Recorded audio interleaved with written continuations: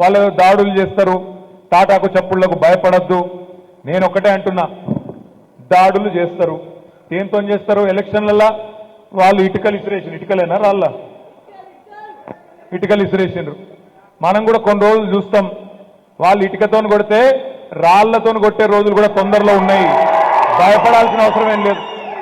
ఏం చేస్తారు? ఎక్కువ గోర్లతో గీకుతారు, పండ్లతో ఉరుకుతారు, అంతే కదా. మనకు లేవా గోళ్ళు పనులు? మనకు లేదా 60 లక్షల బలగం? వాళ్ళు ఏదో ఇవాళ నిన్నీయాల అధికారంలోకి వచ్చి, మన దగ్గర సామెత ఉంది, మరి మీ అచ్చంపేటలు ఉందో లేదో తెలియదు కానీ, అడ్డిమారి గుడ్డి దెబ్బ అంటారు. అడ్డిమారి గుడ్డి దెబ్బ అంటారు ఇక్కడ కూడా. అడ్డిమారి గుడ్డి దెబ్బ అన్నట్టు అనుకోకుండా అధికారంలోకి వచ్చిండ్రు తప్ప కొండారెడ్డిపల్లిలో కూడా నమ్మలేవాడు. రేవంత్ రెడ్డి ముఖ్యమంత్రి అవుతాడని ముందే చెప్పింటే కాంగ్రెస్ పార్టీకి 30 సీట్లు కూడా రాకపోతుండే. ఏదో అనుకోకుండా గాలివాటంగా సంతే గారెల బుట్టలో పడ్డట్టు వాళ్ళు కూడా ఊహించుకోలే, వాళ్ళు కూడా అనుకోలే, వాళ్ళు కూడా కలగనలే. మాకు కూడా చెప్తున్నారు సాటుకు అసెంబ్లీలో, అన్న అమ్మతోటి చెప్తున్నాం, మహబూబ్ నగర్ జిల్లాలో మేము దబ్బన గెలిస్తే 5-6 గెలుస్తాం అనుకున్నాం కానీ 12 గెలుస్తామని కలలు కూడా అనుకోలేదన్నాను వాళ్ళే చెప్తున్నారు మాకు. కాబట్టి వాళ్ళు కూడా ఊహించుకోలే, వాళ్ళు కూడా కలగనలే. అందుకే అసెంబ్లీ ఎన్నికలకు ముందు ఇష్టం వచ్చిన వాగ్దానాలు ఇచ్చింది. ఏమన్నారు? 2 లక్షల ఉద్యోగాలు ఇస్తామన్నారు, 2 లక్షల రుణమాఫీ అన్నారు, అందరికీ అన్ని అన్నారు. కానీ ఇప్పుడు కుడితిలో పడ్డ ఎలకలెక్క అయింది పరిస్థితి. అధికారంలోకి వచ్చిండ్రు, ఏం చేయాలనో తెలుస్తలేదు. అప్పుడేమో అందరికీ అన్ని, ఇప్పుడేమో కొందరికే కొన్ని ఇస్తాం, కొన్ని మాత్రమే చేస్తాం, మిగతా 7 చేస్తాం. కేసీఆర్ గారు ఖజానా ఖాళీ చేసిపోయిండు అని తిరిగి మాటలు మాట్లాడుతున్నారు. అసలు ఆయన ముఖ్యమంత్రిలాగా మాట్లాడుతుండా రేవంత్ రెడ్డి? సెక్రటేరియట్కి వచ్చి లంకె బిందెలు ఉంటాయనుకొని వచ్చినా ఖాళీ కుండలు ఉన్నాయి, లంకె బిందెలు అన్ని పోయినాయి అంటున్నాడు. లంకె బిందెల కోసం ఎవరు తిరుగుతారన్నా? లంక బిందెల కోసం ఎవరు తిరుగుతాడు?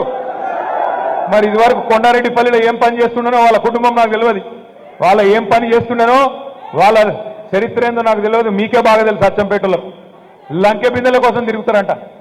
ఎవరన్నా ముఖ్యమంత్రి మాట్లాడే మాటనేనా అది? లంకె బిందెల కోసం గడ్డపారలు పట్టుకొని, తట్టపారలు పట్టుకొని, నెత్తి మీద దుప్పటి కప్పుకొని అర్ధరాత్రి దొంగలు తిరుగుతారు. ముఖ్యమంత్రులు, రాజకీయ నాయకులు తిరగరు. అవి కూడా ఎక్కడ తిరుగుతారు? పాడుపడ్డ కోటలల్లా, పాత గడిలల్లా, పాత దేవాలయాలల్లా అర్ధరాత్రి దొంగలు తిరుగుతుంటారు. మరి రేవంత్ రెడ్డి గారి పాత బుద్ధులు మళ్ళా తనుకొని బయటకు వస్తున్నట్టున్నాయి. ఇవాళ ఆయన మాట్లాడుతున్నాడు పెద్ద పెద్ద మాటలు. ఇక ఆయన ఏమేం మాట్లాడుతున్నాడో మీరు చూస్తున్నారు. ఏమన్నాడు ఎలక్షన్లకు ముందు? అన్నా, ఎవరెవరైతే ఇప్పటిదాకా రుణం తెచ్చుకోలేదు రైతన్నలు అర్జెంటుగా బ్యాంకు గురుకుండ్రి, ఇదివరకున్న రుణం మాఫ్ అయితే కూడా 2 లక్షలు తెచ్చుకోండి, నేను వస్తున్నా డిసెంబర్ 9 నాడు సంతకం పెడతా అన్నాడు. మరి డిసెంబర్ 9 వాయే, జనవరి 9 వాయే, ఫిబ్రవరి 9 వాయే, మార్చి 9 రానే వచ్చాయి. ఏమాయ మరి అదంటే రోషం పొడుచుకొస్తున్నది, ఇంకేదేదో మాట్లాడుతూ ఉన్నాడు, అడ్డం పొడుగు మాట్లాడుతున్నాడు. ఏమన్నాడు? ఆడబిడ్డలకు ఏం చెప్పిండు? అయ్యో అక్క, మీరు నవంబర్లా డిసెంబర్లా కరెంటు బిల్లులు కట్టకుండ్రి, సోనియమ్మ కడుతుంది, మరి కరెంటు బిల్లులు కట్టనివ్వద్దు, మీరు 200 యూనిట్లు ఫ్రీ అని మాట్లాడిండు రేవంత్ రెడ్డి, ఆయన మంత్రివర్గ సభ్యులు. అలా ఏమైందన్నా? మరి సోనియమ్మకు పంపాలన్న బిల్లు, ఇంకెక్కడికన్నా పంపాలన్న, గాంధీ భవన్కు పంపాలన్న బిల్లు అంటే మెమ్మెమ్మే బెబ్బెబ్బే. ఇప్పటికి మళ్ళీ ఏం లేదు. నేను ఇవాళ అడుగుతా ఉన్నా ఈ వేదిక ద్వారా, ఏం చెప్పిండ్రు మీరు? ఏం చేస్తున్నారు? ఆడబిడ్డలకు మాట ఇచ్చిండ్రు, అత్తలకు 4000,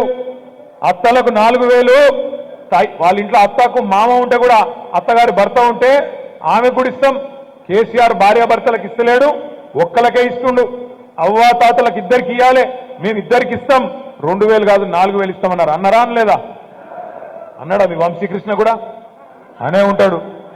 నరికినరు ఆ రోజు. అవ్వా తాతలకు ఇద్దరికి ఇవ్వాలి, ఒక్కలకే ఇస్తే ఎట్లా? కేసీఆర్ 2000 ఇస్తుండు, నేను 4000 ఇస్తా, ఆయన ఒక్కలకిస్తే నేను ఇద్దరికి ఇస్తా అన్నాడు. అవ్వా తాతకి ఇచ్చుడే కాదు, ఇంట్లో ఉండే కోడలి పిల్లకు కూడా నెలకు 2500 ఇస్తా అన్నాడు. మరి అలా తెలంగాణలో ఆడబిడ్డలు ఎదురు చూస్తా ఉన్నారు. 1,67,00,000 మంది ఆడబిడ్డలు ఎలక్షన్ కమిషన్ లెక్క ప్రకారం 1 కాదు 2 కాదు, 1,67,00,000 మంది ఆడబిడ్డలు 18 ఏళ్లు నిండినోళ్ళు వాళ్ళందరూ ఎదురు చూస్తా ఉన్నారు.